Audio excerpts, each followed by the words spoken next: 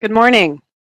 Welcome to this Conservation Applied Research and Development, or CARD, webinar today, reviewing the results from a field study of phase change material use for passive thermal regulation. Thanks so much for joining us today. I'd like to cover a few housekeeping items before we start. All attendees will be in listen-only mode. We will answer all questions at the end of the presentation, but as questions occur to you, please type them into the Q&A box and send them to all panelists. The Q&A box can be opened by clicking the ellipsis in the lower right of your screen as indicated on your slide.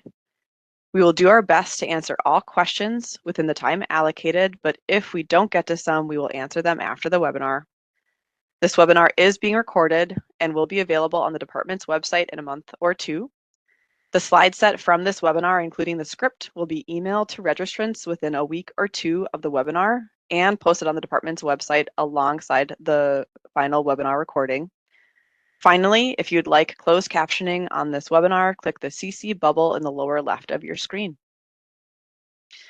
I am Lindsay Anderson, the Utility Energy Conservation Research Planner at the Minnesota Department of Commerce within the Division of Energy Resources. I work within the Energy Conservation and Optimization business unit here. In that role, I identify and analyze gaps within utility energy conservation and optimization programs and coordinate and plan research to fill those gaps. The CARD program is a major tool of that work. Our presenters today are Becky Alexander and Maureen Colburn from LHB and Andy Lick from Slipstream. Becky Alexander is an architect and senior researcher at LHB, where her projects range from building to city scale, focusing on how the built environment can improve human and ecological wellness. For this study, she conducted life cycle cost analysis and contributed significantly to the reports for both phases. As a research analyst at Slipstream, Andy Lick played a key role in this project, developing the study design, collecting site data, and analyzing data to determine the key findings. And last, Maureen Colburn leads LHB's Climate Solutions team, where she utilizes her background as an architect to conduct research into effective ways to reduce energy consumption in Minnesota's buildings. She is the project manager of this PCM study. Welcome, Becky, Andy, and Maureen. We look forward to your presentation today.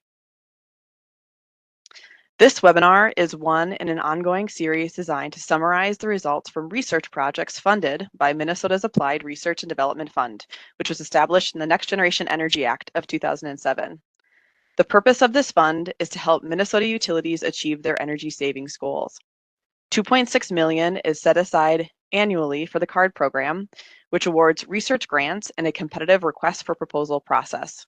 Results from CARD projects provide utilities with data to enhance energy efficiency program designs within their energy conservation and optimization portfolios.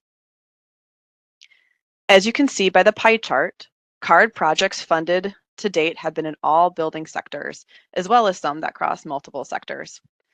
The subject of today's webinar is within the commercial building sector, and our presenters will share results from a recent CARD field study on the use of phase change material, or PCM, to passively regulate temperature in existing buildings in Minnesota. They assess the strategy's impact on energy efficiency, peak energy loads, and occupant comfort. With that, now I will turn it over to Becky to begin today's presentation. Thank you, Lindsay. I'm going to be starting us off with some background on the project.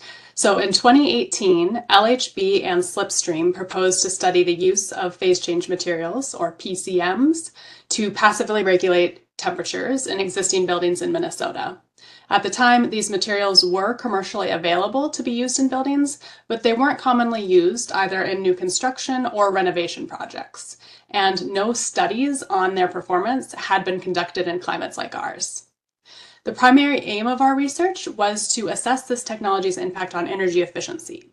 We also explored its impact on occupant comfort, as well as its feasibility, its cost effectiveness, and statewide savings potential.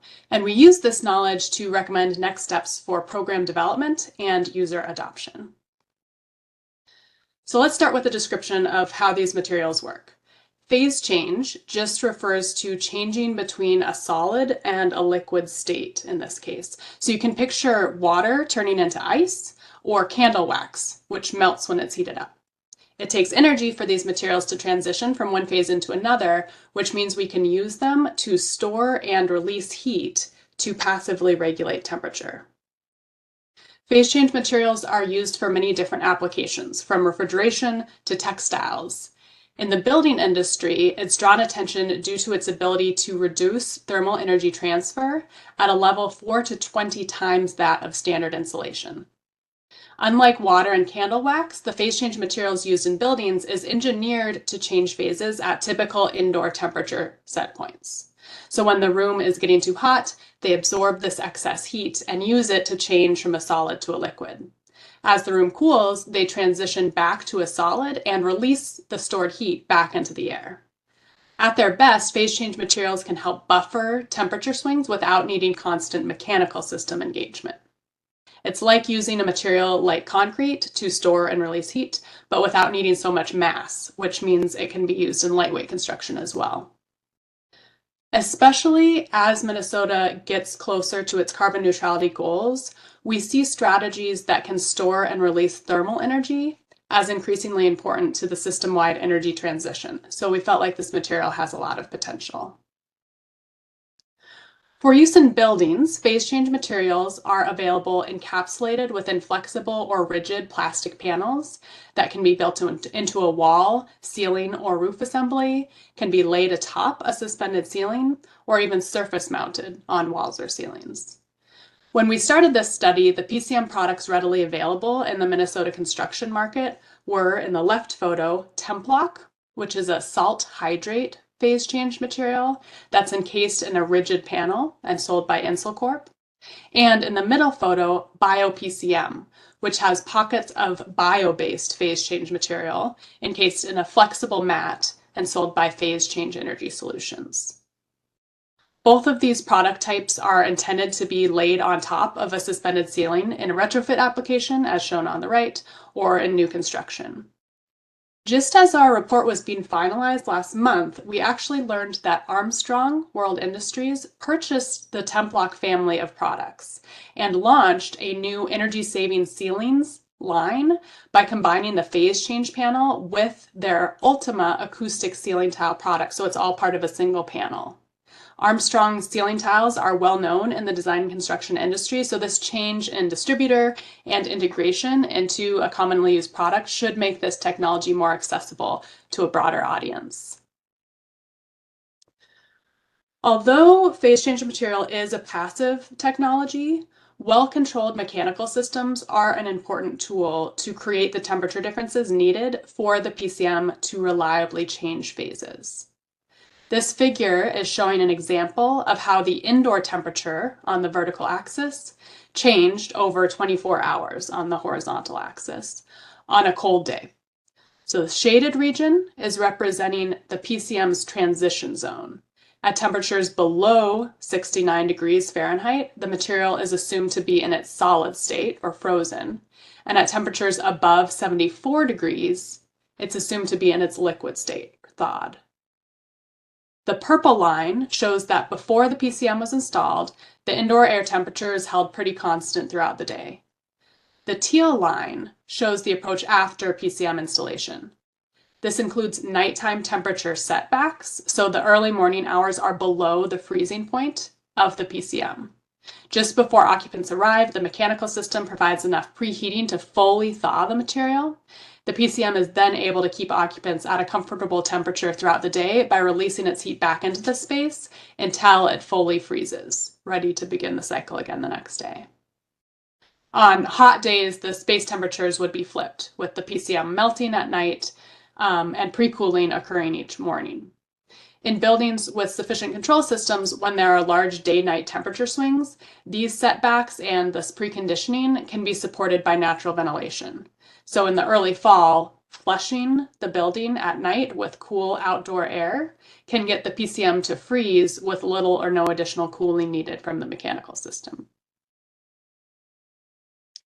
Based on manufacturer claims and literature reviews, using PCM to passively regulate indoor air temperature in buildings has the potential to reduce operational energy consumption, along with its associated costs and greenhouse gas emissions.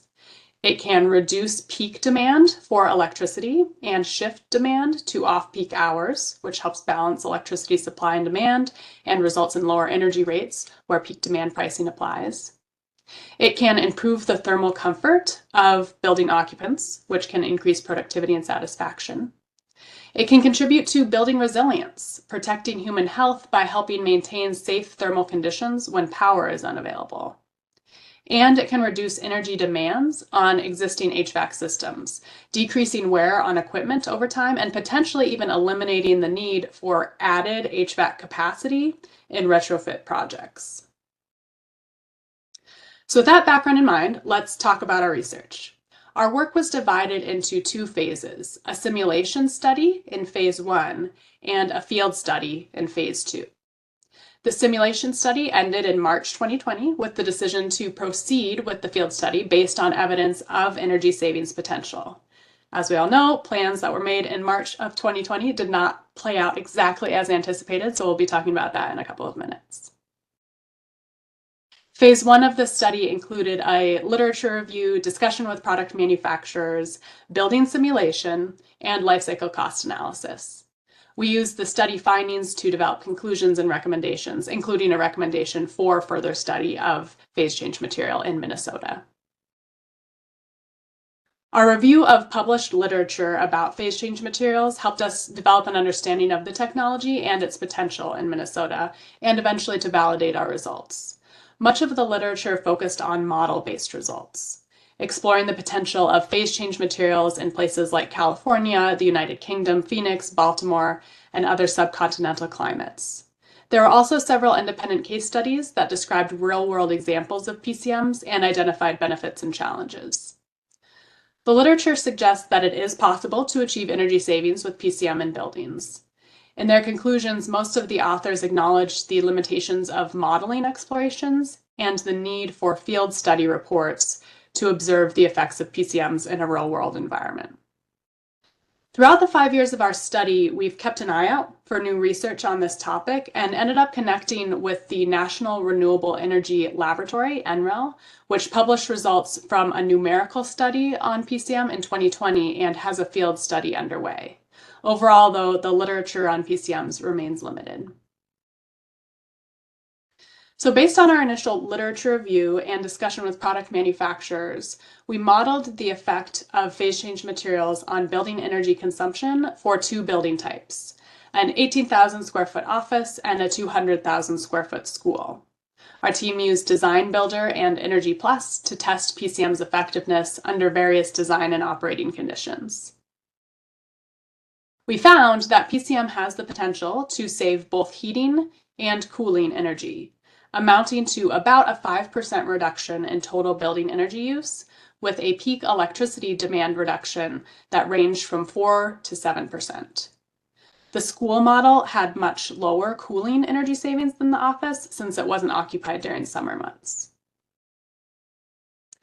We also conducted a life cycle cost analysis and found that installing PCM in these building types is likely to be cost effective in some scenarios, but not in others, depending on the amount of energy saved, the type of energy that was saved also, and the utility rates.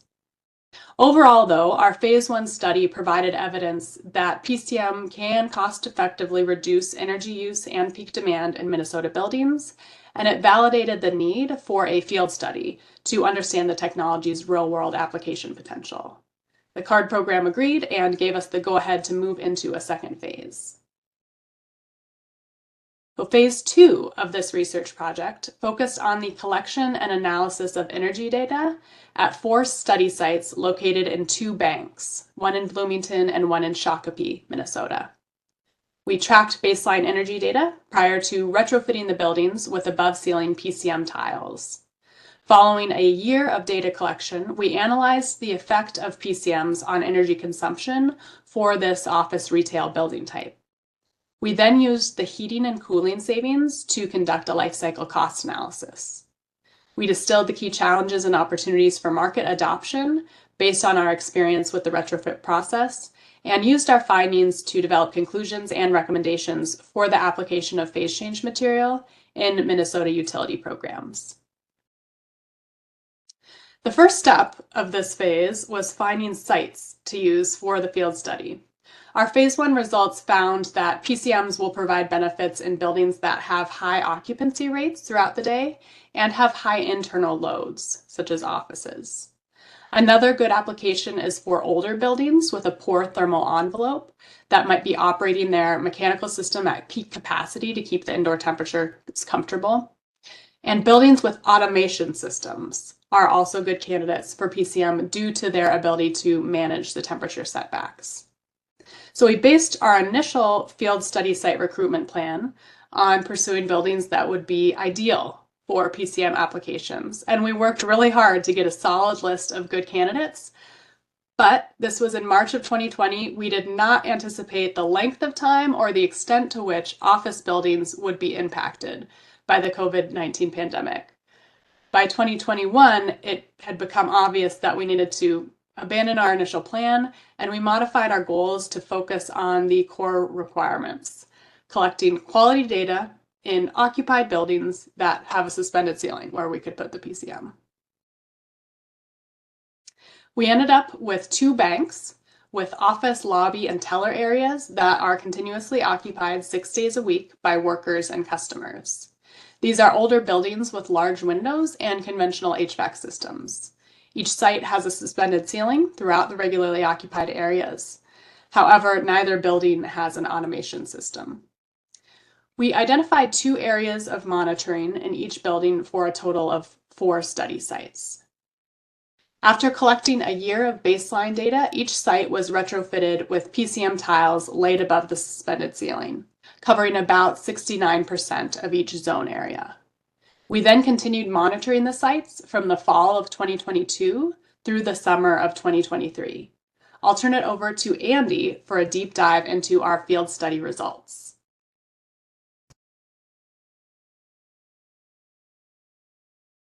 Can everybody hear me? Yep.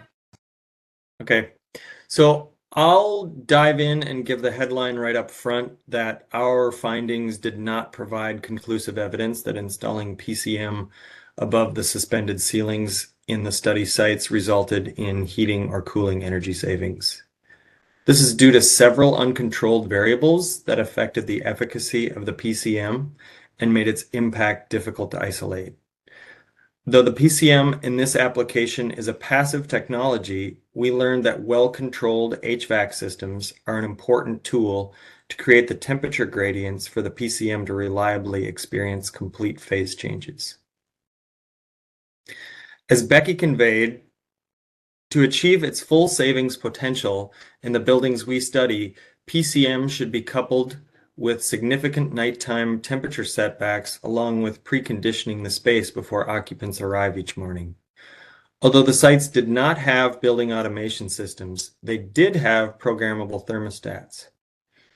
We set up programs with temperature setbacks to enable the optimal PCM performance. However, when we returned to the sites to download data from the monitoring equipment, we would find that the thermostats had been taken off the scheduled programs and held at one temperature, most likely by an employee who was too hot or cold. Data collection included temperature measurement at the surface of the above ceiling PCM at one site in each building. This gave us a more granular view of the PCM, of when the PCM froze and thawed each day. The product's freeze-thaw set point was 21 degrees Celsius or 69.8 degrees Fahrenheit. However, through conversations with the manufacturer, we understand that freeze-thaw activity occurs across a continuum of temperatures, from 69 degrees Fahrenheit to about 74 degrees Fahrenheit. Above 74 degrees Fahrenheit, we defined the PCM to be thawed, and below 69 degrees Fahrenheit, we defined it as frozen. The figure here shows how frequently the PCM experienced freeze and thaw cycles as a percentage of the 323 days it was monitored. During the study period, the PCM only achieved the optimized scenario of experiencing both a full freeze and a full thaw in the same 24 hours, less than 1 out of every 7 days, or 13% of the study days in the Bloomington building and 5% of the study days in the Shakopee building. Again, this is likely due to the manual overrides of the temperature settings by occupants.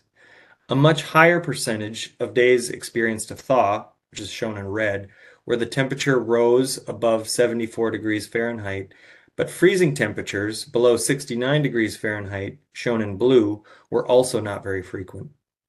We concluded that the PCM was not operating at optimal conditions for most of the study period, meaning the energy savings we observed are likely lower than if the temperature set points had not been overridden. To highlight that the PCM did perform according to theory during the field study on some days, this graph shows warm days where a freeze and thaw cycle occurred post-retrofit. This figure shows three notable characteristics. First, this plot has more lines on it than the one Becky presented earlier.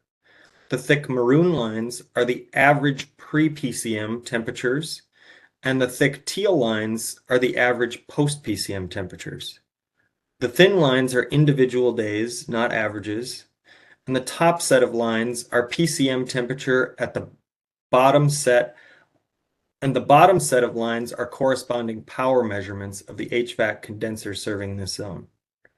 Secondly, post-retrofit setbacks appear to have been in place for most of the days shown because temperatures are high in the early morning hours, and pre-cooling energy is applied.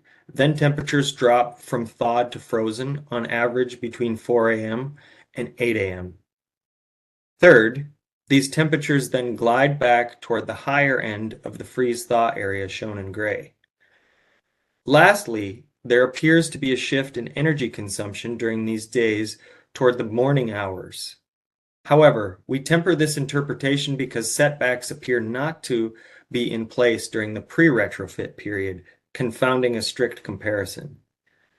It's also not clear if this shift, if in fact it exists, represents a reduction in energy consumption. In contrast to the previous graph, where setbacks post-retrofit were effective at forcing PCM temperatures from completely thawed to completely frozen in the early morning hours, this graph shows a much more ambiguously activated PCM, where there is a thaw, but not a clear freeze.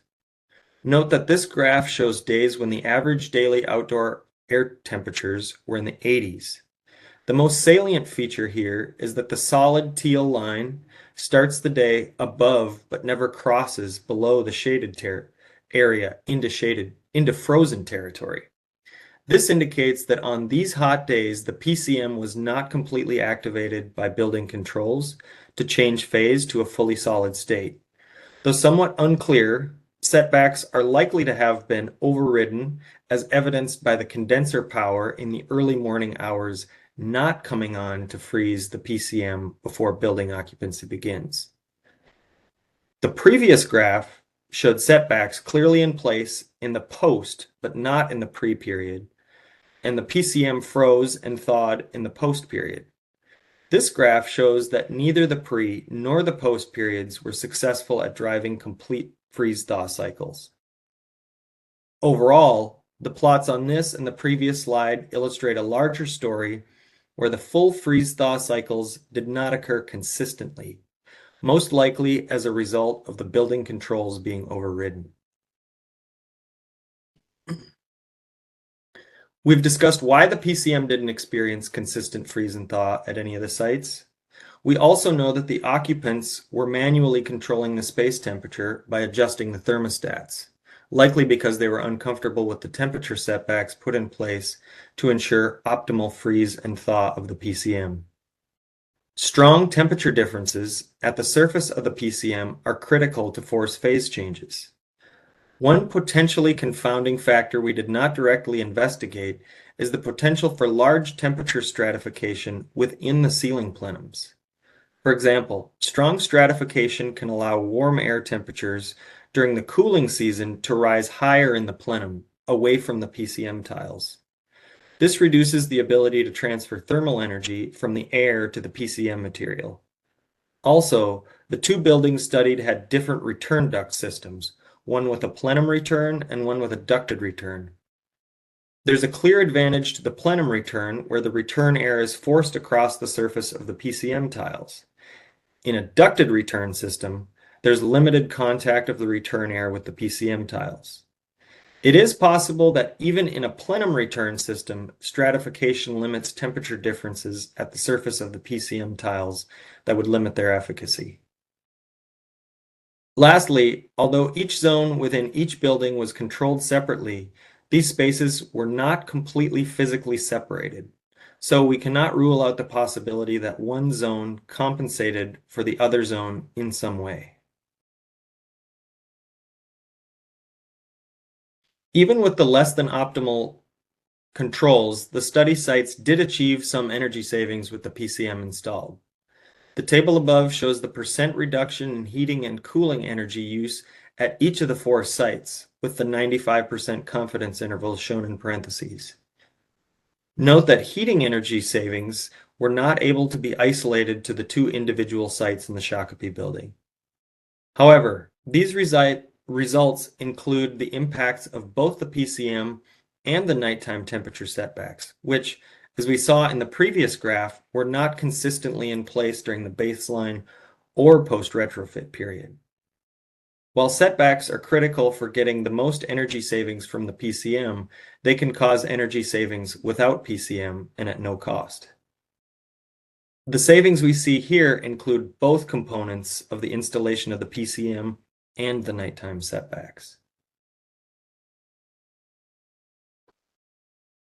We wanted to dig deeper into determining whether the energy savings could be attributed only to the temperature setbacks, to the PCM, or a combination of both. To compensate for the confounding issue of nighttime setbacks, we employed 2 approaches and graphed the outcome as shown on this slide.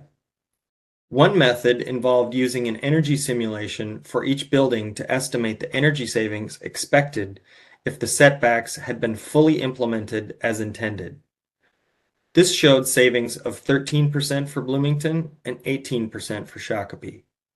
The other method referenced deemed energy savings of 10% from setbacks from the State of Minnesota Technical Reference Manual.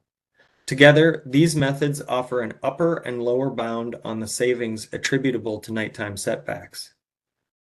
We subtracted these savings from the annualized heating savings estimates to arrive at the savings attributable only to the PCM retrofit. This figure shows 3 columns, each for Bloomington and Shakopee. The gray bars represent the total annual heating energy savings.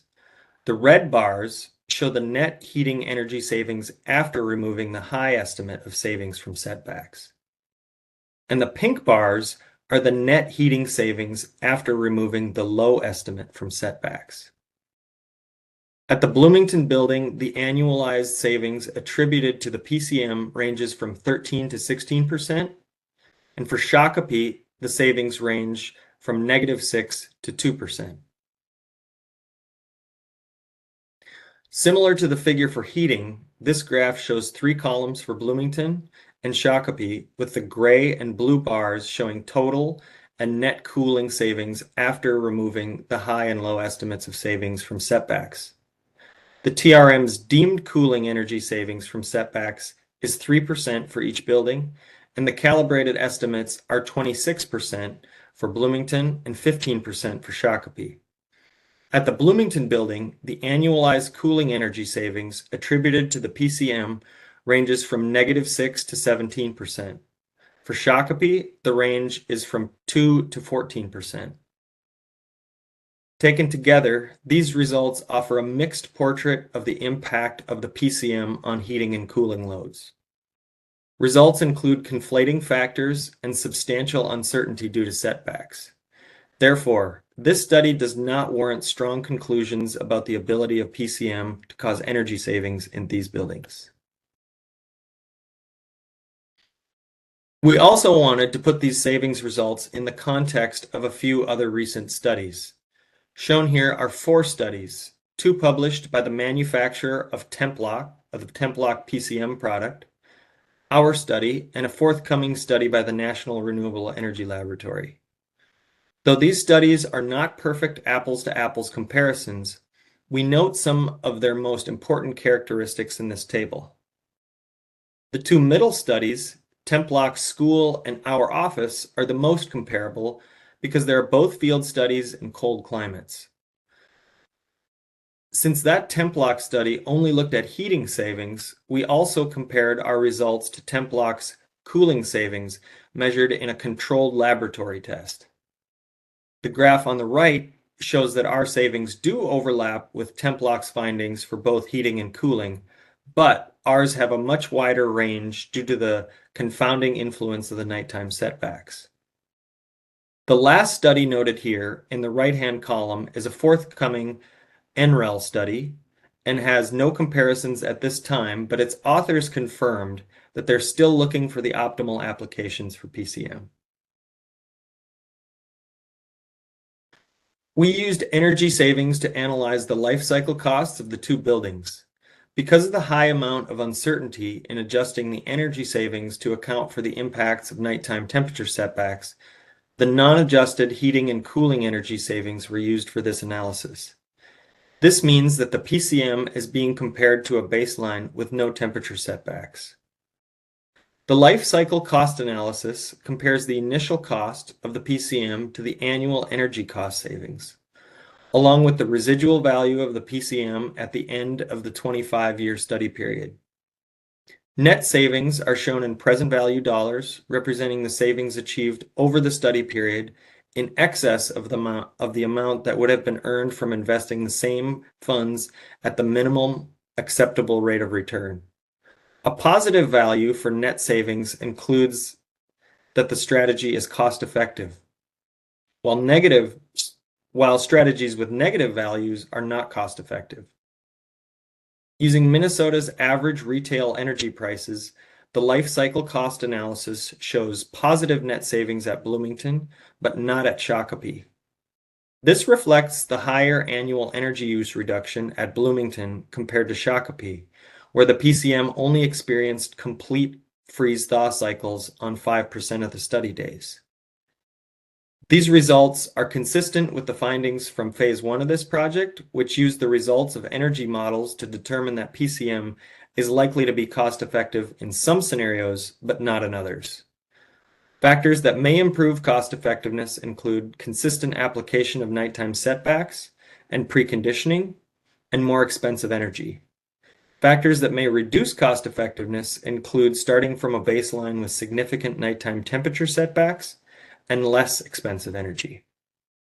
I'll now turn it over to Maureen to discuss considerations for market adoption.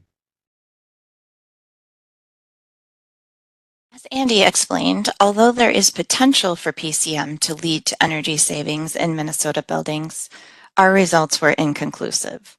So we are not recommending this technology be included in the state's technical reference manual or in utility incentive programs at this time. However, as PCM evolves, utilities and building owners may be interested in learning more.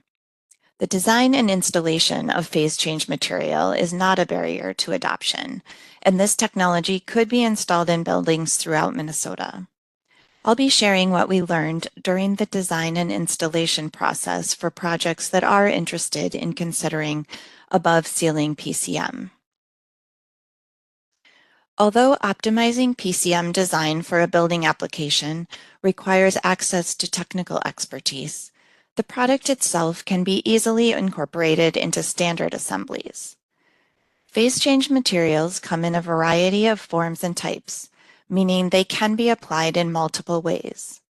While above-the-ceiling applications are the least invasive option for retrofits, PCM can also be installed within wall and roof assemblies, and it can be an additive within other construction materials, such as gypsum wallboard, concrete, and paint. Since the thickness of PCM does not significantly impact its effectiveness, applications can be thin and lightweight, eliminating the need for additional structural support and minimizing increases to assembly thicknesses. When evaluating use of PCM in a project, we recommend considering these questions regarding building characteristics. Does the building have high internal loads? Does the building have constant daytime occupancy? Does the building have strict ventilation requirements? As found in Phase 1, Minnesota buildings with constant daytime occupancy and high internal loads are likely to see the greatest energy savings from incorporating PCM. Office spaces with many computers are good examples of this, with high internal heat loads during the day that can be released at night when the computers are not in use. Appropriate building types may also include health clinics, food service, public safety, education, and public assembly. Other space types are less suitable for PCM. For example, hospitals often have strict ventilation requirements that can interfere with the charging and discharging process of the material. Once you have a building or space identified where installing PCM makes sense, the primary design considerations are ensuring the layout can meet the recommended coverage target, selecting an appropriate product, and working with facility management to implement temperature controls. These steps are typically done in consultation with manufacturers based on rules of thumb for product selection, midpoint temperature, and ceiling coverage.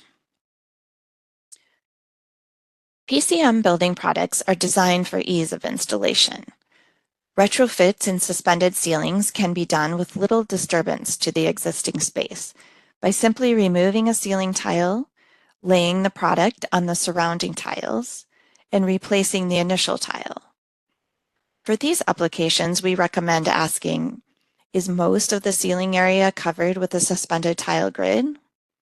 Is most of the grid in 24-inch by 24-inch squares? Is the ceiling space used as a plenum return for the HVAC system? As Andy mentioned, this may be better for activating the PCM than a ducted return system. In terms of the ceiling layout, unlike with thermal insulation or air sealing, continuous application of PCM is not critical.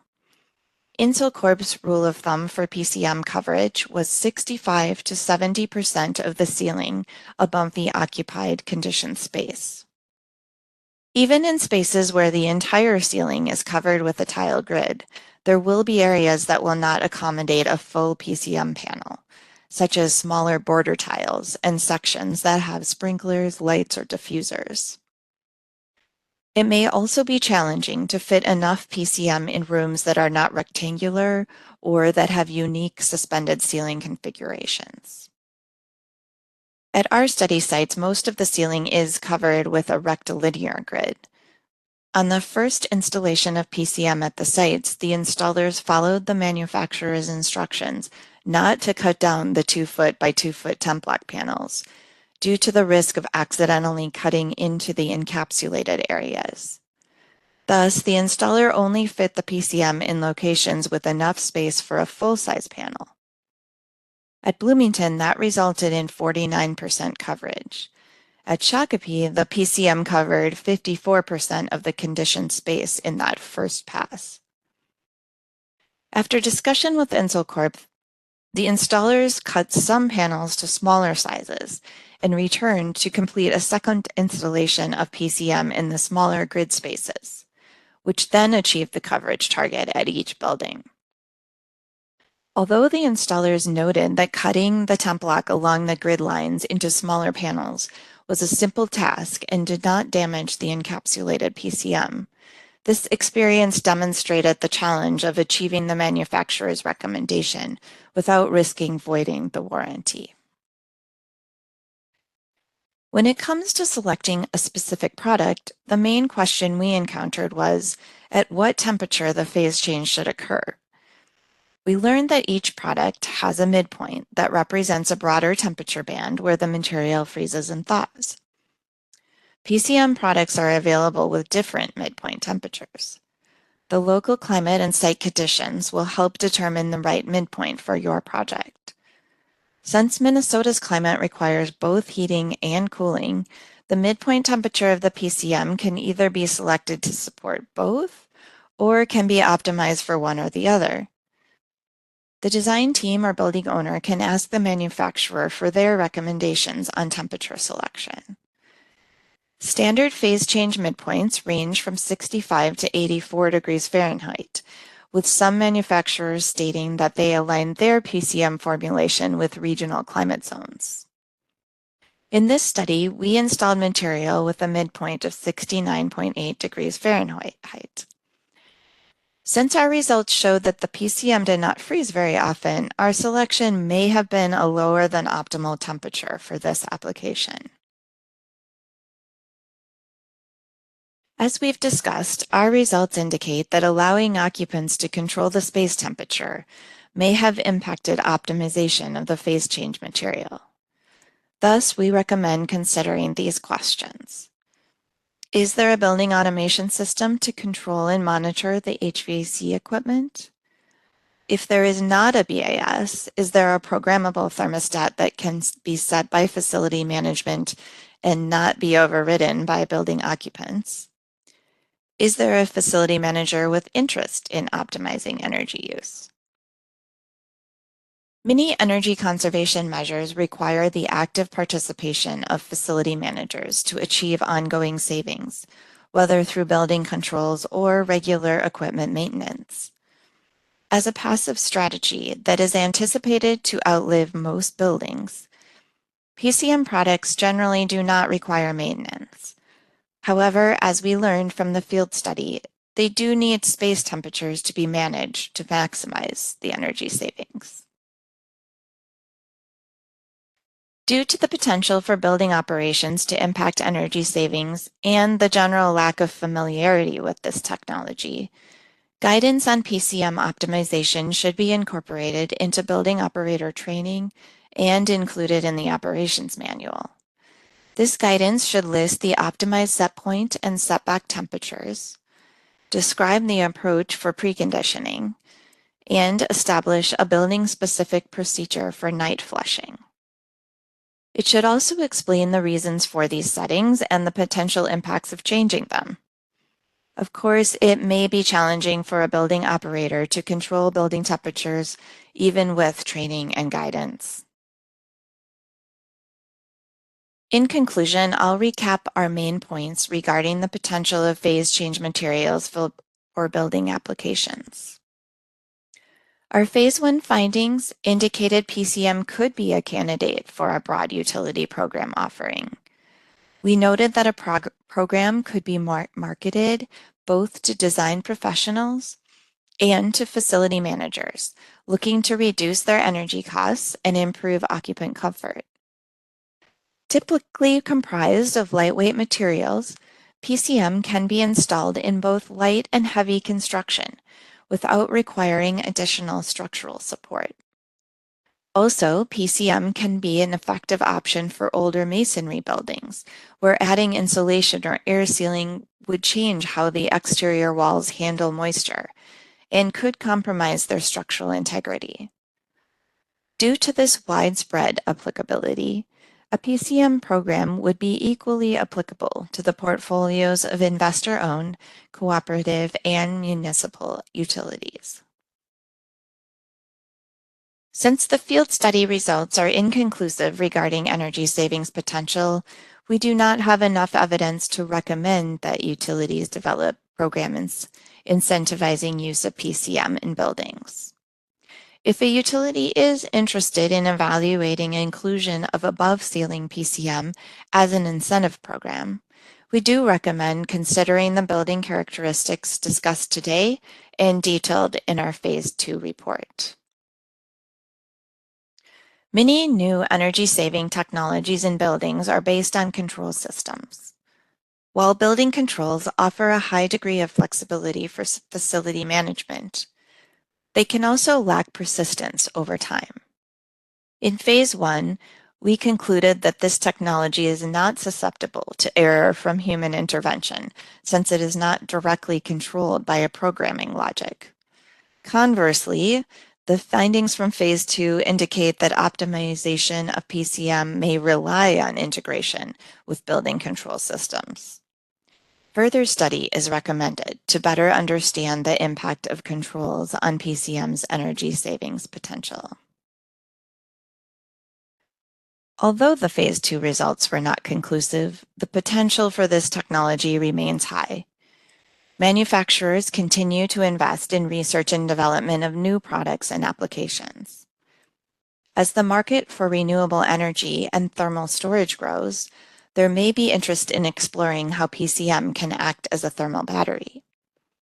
Also, Armstrong's incorporation of Templok into their acoustic ceiling tile product line brings significant potential for ceiling tile integrated PCM to reach the commercial building market.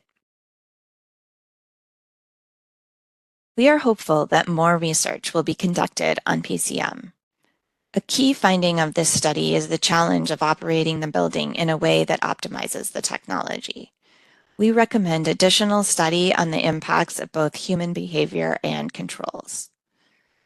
In addition, further study is needed to understand whether conventional temperature set points in HVAC systems will enable reliable phase changes in above-ceiling PCM.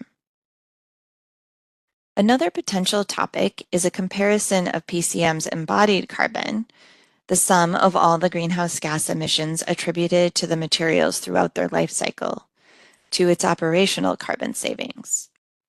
Our literature review did not find this type of analysis for the products or applications included in our study. Research on the energy savings potential of PCM continues. As mentioned, the National Renewable Energy Laboratory published a numerical study in 2020 and is currently conducting field research on PCM in buildings in southern Kansas.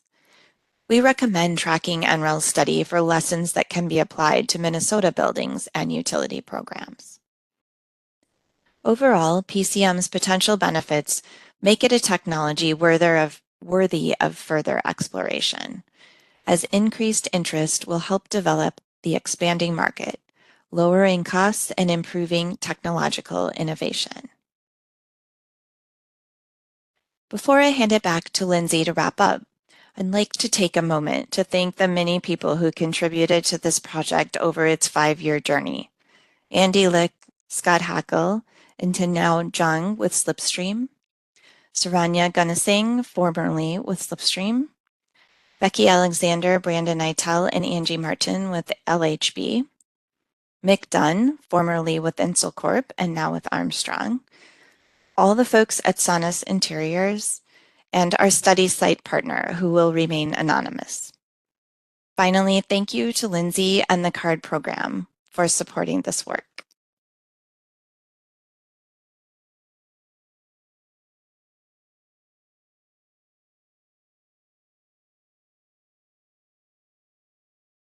There we go.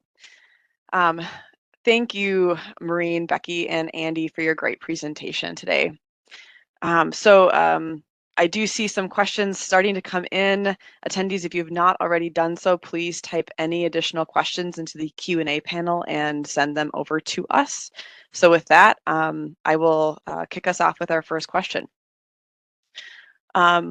Presumably, the benefits will increase as temperature shift and extremes are more frequent. Has there been any modeling or analysis to account for that?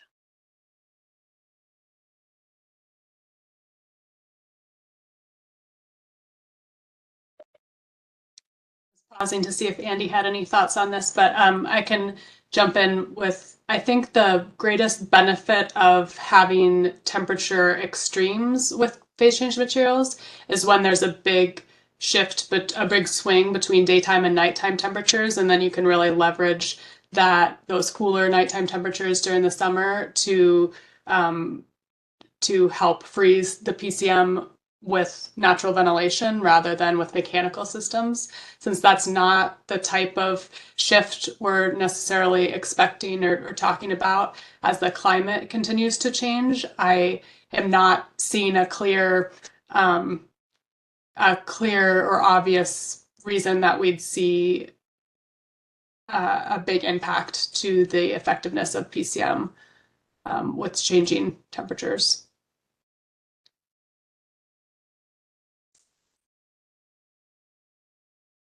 Okay, next question.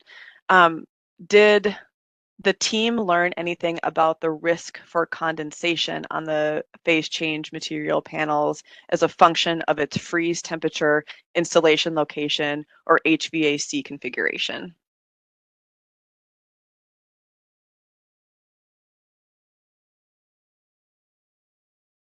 I can take a stab at that one. We didn't look at that specifically. I'm not even sure if we know that well, I would say we're under the assumption that the freeze temperature is not happening at the same temperature that water freezes. So I guess theoretically, I don't think we would expect that condensation to happen as a result of the PCM freeze thaw cycle. So I guess the sort of high level answer is no, we didn't look at it specifically, but theory suggests it's not a problem. Thank you for that, Andy. Next question. Question about cost effectiveness. Have you explored the possibility that PCM panels enable setbacks that are acceptable to occupants compared to a non-PCM setback?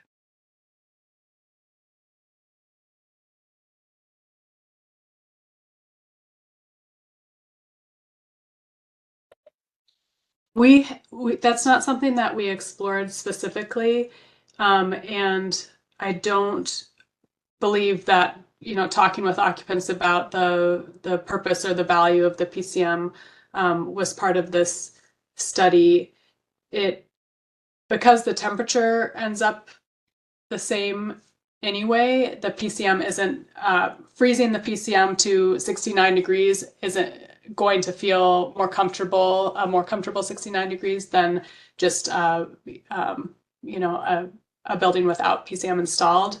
So I don't think that having the PCMs would enable setbacks that are more acceptable, but I can't say for sure.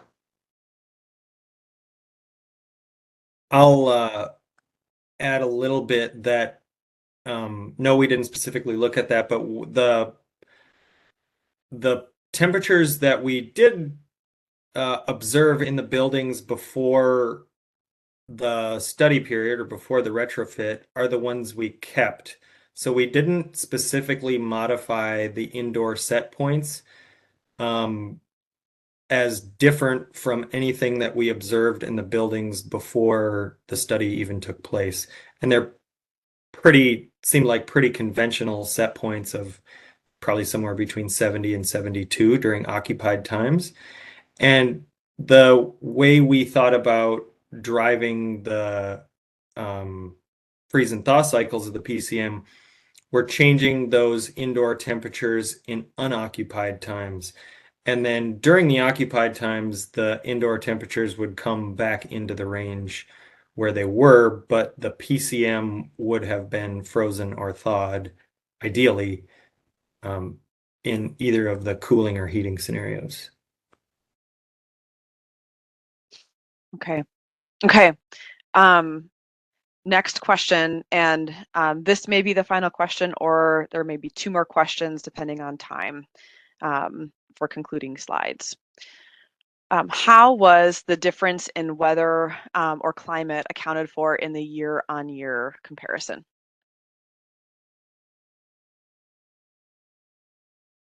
I can take that one. We weather normalized using typical meteorological year after modeling on the observed data. So we got an observed model output for the pre and post scenario, and then we imposed those on typical meteorological year weather conditions.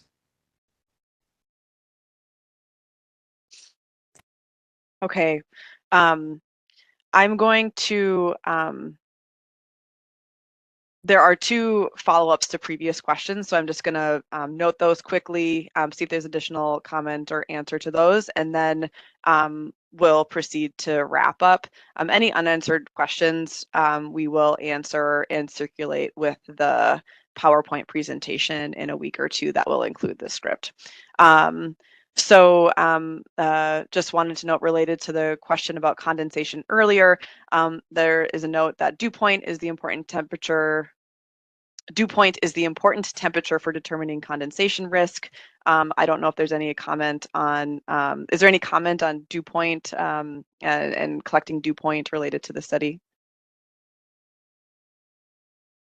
Okay, then circling back to the question about, or the follow-up to the question about cost effectiveness and exploring the possibility of PCM panels to enable step backs and being acceptable to occupants, is it reasonable to deduct non-PCM setback impacts from PCM savings?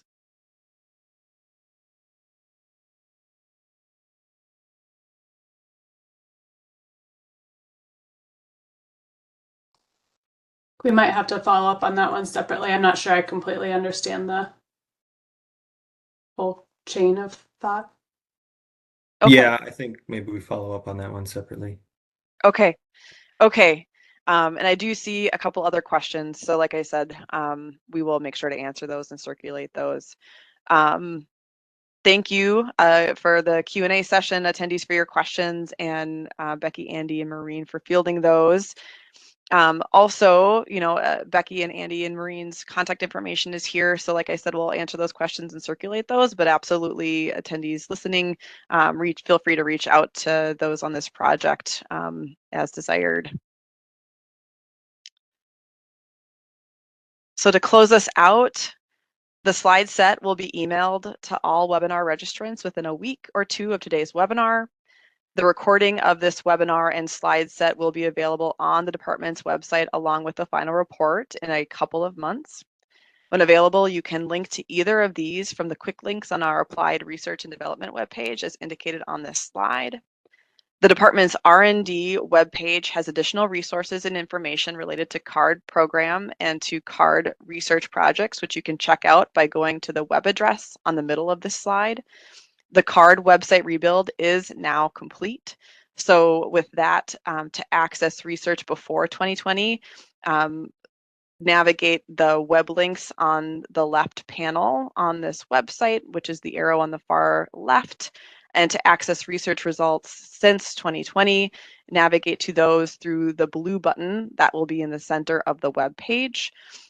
Before 2020, the information is per web link, so final reports are separate from webinars and fact sheets, whereas in research since 2020, everything will be linked to the specific project, the webinar, the final report, the PowerPoint, so on. Although the CARD website rebuild is now complete, there are ongoing efforts to ensure all the research is posted, so please do not hesitate to contact me if there are any questions or concerns and in how to access CARD research that should be posted here. Thanks again to all attendees for participating today. We appreciate your interest in CARD projects. I want to take a minute to mention 3 upcoming CARD webinars. On March 12th, Slipstream will present on energy reduction through community engagement and behavioral interventions. On March 19th, Center for Energy and Environment will present on a field study of advanced controls for residential heating, ventilation, and air conditioning fans. And finally, on March 21st, Center for Energy and Environment will present on a field study of optimizing the new generation of grocery refrigeration equipment.